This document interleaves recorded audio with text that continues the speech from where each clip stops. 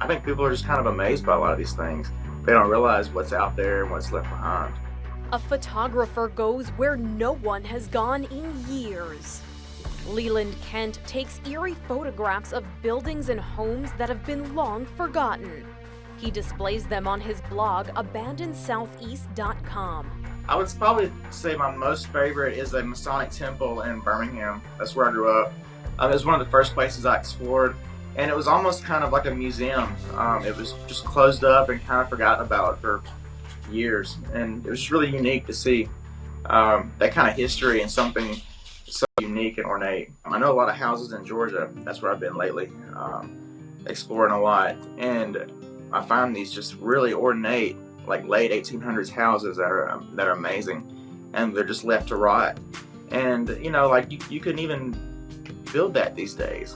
And it's just fascinating to me that these places were they were loved by somebody.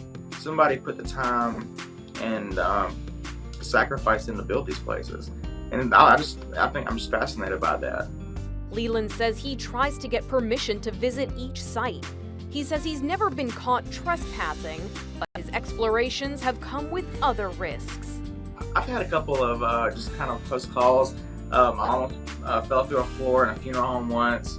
I encountered a snake at a phosphate plant that literally chased me out of the building.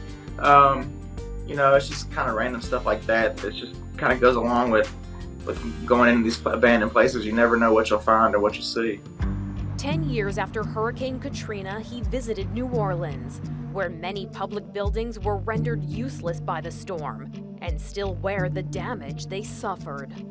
Charity Hospital, we went there back in 2015, and it was just like time had stood still.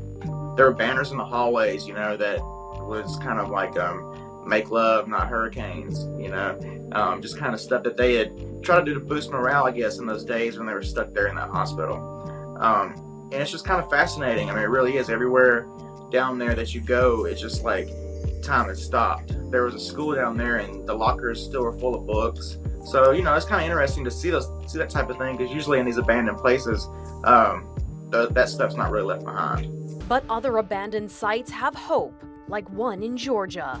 Little Bethlehem is one of those places that's guarded. The owner was kind enough to let me in, let me look around.